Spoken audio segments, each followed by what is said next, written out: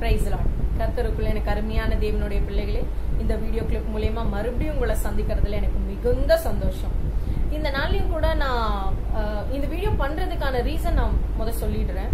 ஒரு சில பிள்ளைங்க கேட்டீங்க, நான் நிறைய ஆண்டவர்கிட்ட கேட்கிறேன், நிறைய காலங்களா இதை நான் போராடிட்டு இருக்கேன், ஆனா இன்னும் எனக்கு ஏன் இதுக்கு பதில் கிடைக்க மாட்டேது?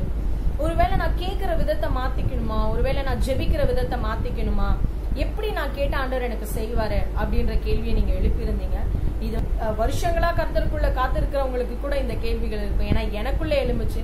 ஆண்டவர் எனக்கு சொல்லிக் கொடுத்த ஸ்ட்ராட்டஜியை இன்னைக்கு நான் உங்களுக்கு சொல்லிக் கொடுக்குறேன். அதை நீங்க இம்ப்ளிமெண்ட் பண்ணி பாருங்க. நிச்சயமா ஆண்டவர் உங்களுடைய காரியங்களுக்காக இறங்கி செய்வார். வாசிக்க கேட்போம். ஏசாயா 62வது அதிகாரம் 7வது வசனம். அவர் எருசலேமை ஸ்திரப்படுத்தி பூமியிலே அதை புகழ்ச்சி ஆக்கும் வரைக்கும் அவரை அமர விடாதிருங்கள். அவர் எருசலேமை ஸ்திரப்படுத்தி அதோடைய மகிமை பிரஸ்தாபத்தை பூமியில எங்க அவர் தொனிக்க செய்யும் வரைக்கும் அவர் என்ன பண்ணுங்க? அமர விடாதிருங்க. இதுதாங்க நீங்க ஈஸியா கர்த்தர்கிட்ட இருந்து பெற்றுக்கொள்ளக்கூடிய ஒரு ஒரு வழிகாட்டின்னு சொல்லலாம். நீங்க போராடி ஜெபிக்கிற ஜெபத்தை இம்ப்ளிமெண்ட் பண்ணீங்கன்னா நிச்சயமா உங்களால சீக்கிரமா காரியங்களை பெற்றுக்கொள்ள முடியும். போராடி அழுது புலம்பி அவரை உலுக்கி அவர் உங்களுக்காக அமரவே விடக்கூடாது. நீங்க உட்கார விடாம அவரை தொல்லை பண்ணி நீங்க கேட்கும் போது நிச்சயமா சீக்கிரமா காரியங்களை நீங்க பெற்றுக்கொள்ள முடியும். பாருங்க, ஒரு குடும்பத்துல ஒரு ஒரு 10th படிக்கிற ஒரு பிள்ளை இருக்கு, ஒரு 1st ஸ்டாண்டர்ட் படிக்கிற ஒரு பிள்ளை இருக்குன்னு வச்சுக்கோங்களேன். அந்த 10வது படிக்கிற பிள்ளை போயிட்டு அந்த அப்பா கிட்ட கேக்குது, அப்பா எனக்கு இது வேணும், இதை செய்யுங்க, இந்த டைம்குள்ள எனக்கு இது வேணும் அப்படின்னும் போது அப்பா சொல்றாரு, இல்லடா இருக்கட்டும், காசு வரட்டும், அப்புறம் நான் செய்யறேன் உனக்கு அப்படின்னு சொல்லுவாரு. அந்த பிள்ளை என்ன பண்ணும், சரி அப்பா செய்வாரு அப்படின்ட்டு என்ன பண்ணிடும், அசால்ட்டா போயிடும். அப்பா நாளடைவில் என்ன பண்ணிடுவாரு, மறந்து போயிடுவார். அவருக்கு இருக்க பிஸி ஸ்கெடியூல்ல இதை மறந்து போயிடுவார். அதே இந்த சின்ன பிள்ளை 1st ஸ்டாண்டர்ட் படிக்கிற அந்த சின்ன பிள்ளை போயிட்டு என்ன பண்ணுது, அப்பா கிட்ட ஒரு விஷயத்த கேக்குது, அப்பா எனக்கு இந்த டாய் வேணும், எனக்கு நீங்க இன்னைக்கே வாங்கி கொடுத்தாகணும்னு என்ன பண்ணுது, அழுது அடம் பிடிச்சு போராடி என்ன பண்ணுது, அன்னைக்கே அப்பா கூட்டிட்டு போய் அந்த டாயை வாங்கிடுது. அப்பா என்ன பண்ணிடுறாரு, ஐயோ இவன் என்ன தொல்லை பண்றானே அப்படின்னு சொல்லி என்ன பண்ணிடுறாரு, கூட்டிட்டு போய் உடனே வாங்கி கொடுத்து கூட்டிட்டு வந்துடுறாரு. இது ரெண்டுத்துல பாருங்களேன், அந்த பெரிய பிள்ளை என்ன பண்ணிச்சு, நம்ம கேட்டோம், அப்பாவுக்கு தெரிவிச்சிட்டோம், அப்பாவுக்கு தெரியாதது ஒண்ணும் இல்ல, அப்பா அந்த டைம் நமக்கு செய்யாம யாருக்கு செய்ய போறாரு அப்படின்னு சொல்லிட்டு அந்த பிள்ளை அலட்சியமா இருந்துச்சு. ஆனா அந்த சின்ன பிள்ளை பாருங்க, போராடி ஜெபிச்சு, அதாவது போராடி தொல்லை பண்ணி கேட்டு என்ன பண்ணிடுச்சு, அப்பா கிட்ட இருந்து வாங்கிடுச்சு. இந்த விஷயத்த நீங்க உங்க வாழ்க்கையில உபயோகிச்சீங்கன்னா மட்டும்தான் சீக்கிரமா ஆண்டவர் கிட்ட இருந்து நீங்க காரியங்களை பெற்றுக்கொள்ள முடியும். உங்களுக்கும் எனக்கும் நன்மை எங்க இருந்து தான் வருது, பரலோகத்துல தான் வருது. அப்போ மத்தேயு 11:12 சொல்லப்பட்ட மாதிரி நீங்க பரலோகத்தை பலவந்தம் பண்ணுங்க. பலவந்தம் பண்றவன் அதை பற்றி கொள்ளுவான். பரலோகத்தை போட்டு உழுக்குங்க, ஆண்டவரோட சிங்காசனத்தை போட்டு உழுக்குங்க.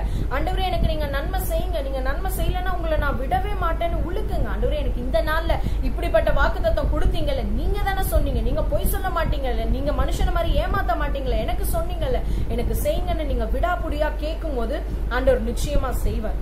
வேதத்துல இப்படி போராடின ஒரு ஸ்திரீ ஒருத்தவங்க இருக்கிறாங்க. ஆனா அவங்க போய் போராடினது யார்கிட்ட, அநீதி உள்ள நியாயாதிபதி கிட்ட. லூக்கா 18வது அதிகாரத்துல நீங்க வாசிச்சு பாத்தீங்கன்னா அந்த இடத்துல ஒரு நியாயாதிபதி இருக்கான். அவன் தேவனுக்கு பயப்படவும் மாட்டான், மனுஷனை மதிக்கவும் மாட்டான், அவன் கிட்ட உண்மையே கிடையாது. ஆனா அப்படி ஒருத்தன் கிட்ட போயிட்டு, ஒரு விதவை ஸ்திரீ, எனக்கும் என்னுடைய எதிராளிக்கும் நடுவுல எனக்கு நீங்க எனக்கு நியாயம் செய்யுங்க, அந்த பிரச்சனைய அந்த வழக்கை நீங்க எடுத்து பாருங்க, எனக்காக நியாயம் செய்யுங்கன்னு என்ன பண்றான், ஓயாம அவரை தொல்லை செஞ்சுட்டே இருக்கா. ஆனா அப்ப அவரை யோசிக்கிறாரு பாருங்க, இந்த விதவை என்னை எப்பொழுதும் தொந்தரவு செய்கிறபடியால் இவள் அடிக்கடி என்னை அலட்டாதபடிக்கு இவளுக்கு நான் நியாயம் செய்ய வேண்டும்னு 18:5வது வசனத்துல அவங்க சொல்றாங்க. பாருங்க, ஒரு அநீதி உள்ள ஒரு நபரே ஐயோ இவ என்ன ஓயாம தொல்லை செஞ்சுட்டே இருக்கா அப்படின்னு அவளுக்கு நன்மை செய்யணும்னு இறங்கும் போது, நீங்களும் நானும் வணங்குறவர் நீதி உள்ளவர், அவர் உங்க வழக்க விசாரிக்க மாட்டாரா, அவர் உங்களுக்கு நியாயம் செய்ய மாட்டாரா? ஆனா நீங்க என்ன செய்யணும், ஓயாம ஆண்டவர் கிட்ட கேட்கணும். யாக்கோபை போல என்ன நீங்க ஆசீர்வதிக்கலன்னா நான் உங்களை விட மாட்டேன் ஆண்டவரே, மோசையை போல உங்க சமூகம் எனக்கு முன்னாடி போகலன்னா நான் போக மாட்டேன் ஆண்டவரேன்ட்டு இப்படி ஒரு விடாப்பிடியான ஒரு ஜெபம் இருக்குமானால் நிச்சயமா நீங்க காரியங்களை பெற்றுக்கொள்ள முடியும். ஒரு ஸ்டோரியை சொல்லி நான் முடிக்க விரும்புறேன்.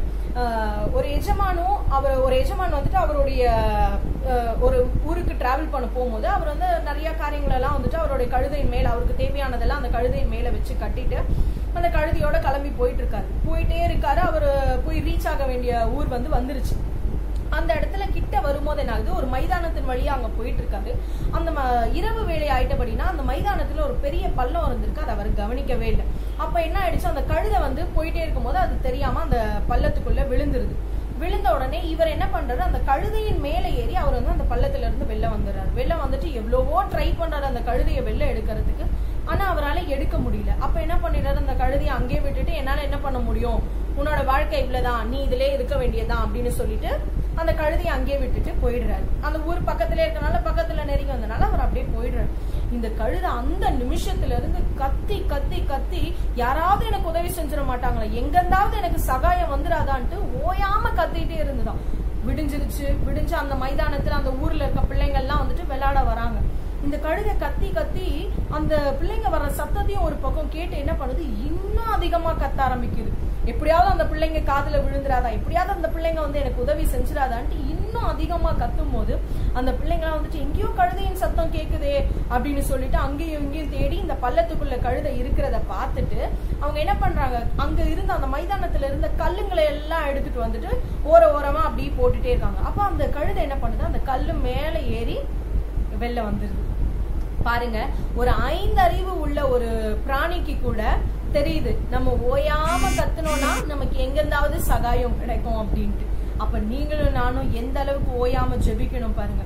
ஒருவேளை அந்த கழுதை அமைதியா இருந்திருக்கும் அப்படின்னா அதுக்கு சகாயம் செய்ய யாருமே வந்திருக்க மாட்டாங்க, அது அதுக்குள்ளே இருந்து அதோட வாழ்க்கை முடிஞ்சிருக்கும்.